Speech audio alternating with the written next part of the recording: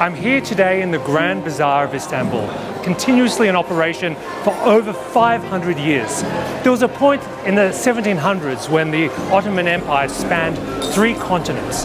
And during this period, where it controlled almost every road from Asia to Europe, this was the very epicenter of global trade. Seems like an appropriate place to think about the question, what is the future of the retail store?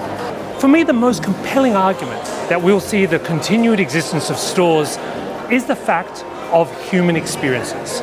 As much as digital technologies have advanced, we as human beings are inherently analog creatures, which means we still like to interact with human beings, touch and feel. And this, more than anything else, I think is one of the strongest arguments for why thousands of years from now, we still may have physical environments. But it's also not enough. There are some deeper ideas here to unpack, and critically, 3 big myths that I think we need to dispel if we're going to understand what the future of retail might be. Myth number 1, the end of the store is a technological inevitability. I think as people that like and are interested in topics about the future, we like the idea of technological inevitability. I mean, you saw this in many aspects of entertainment. So for example, we had streaming, which led to, of course, higher resolution and things like Netflix and Spotify. In other areas, we had the rise of broadband, which led to more e-commerce and ultimately the transformation of how we buy and sell. But does this automatically mean that things like stores will disappear? Actually, if you look closer at retail, there are many aspects of retail which are not led by technology, but are in fact cyclical.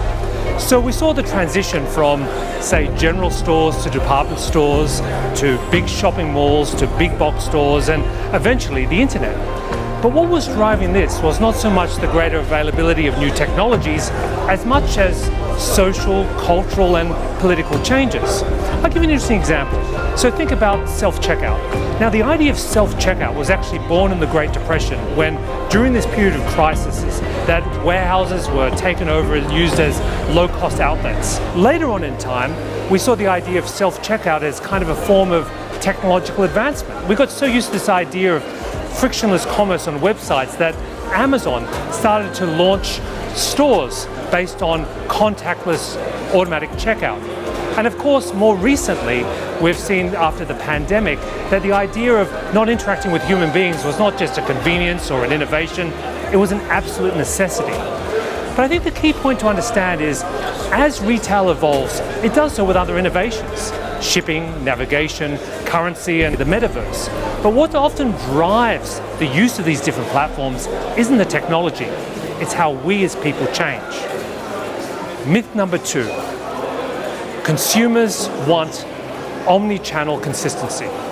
Now, this is, once again, something that sounds very logical until you think about it a lot.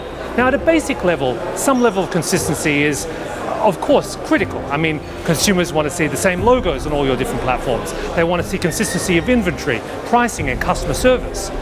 But at a deeper level, I believe it's not really helpful to think in this way.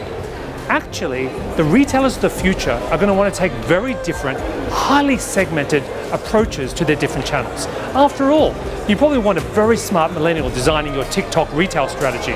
Probably not the same person that's designing your luxury outlet in a physical location. So the key to success isn't just omni-channel consistency, it's thinking in a very differentiated way about how these different channels need to serve you. Myth number 3, the answer is more data.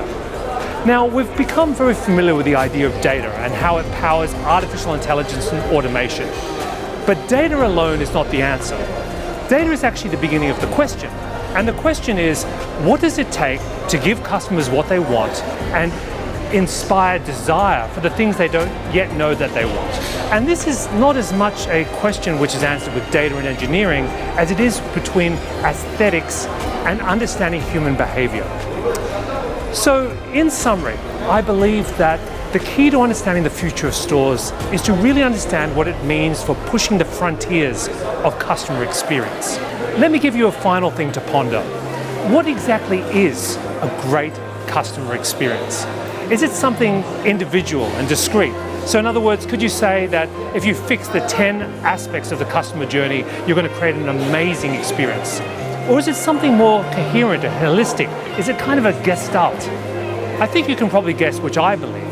And if I was to make a guess, in 500 to 1,000 years, what the future of the retail experience would be like, it's hard to say, but I'm pretty sure places like this will still be here. Because as much as technologies change, the way we pay for things, the things we buy, that critical aspect of what it is to be human really is not going to change.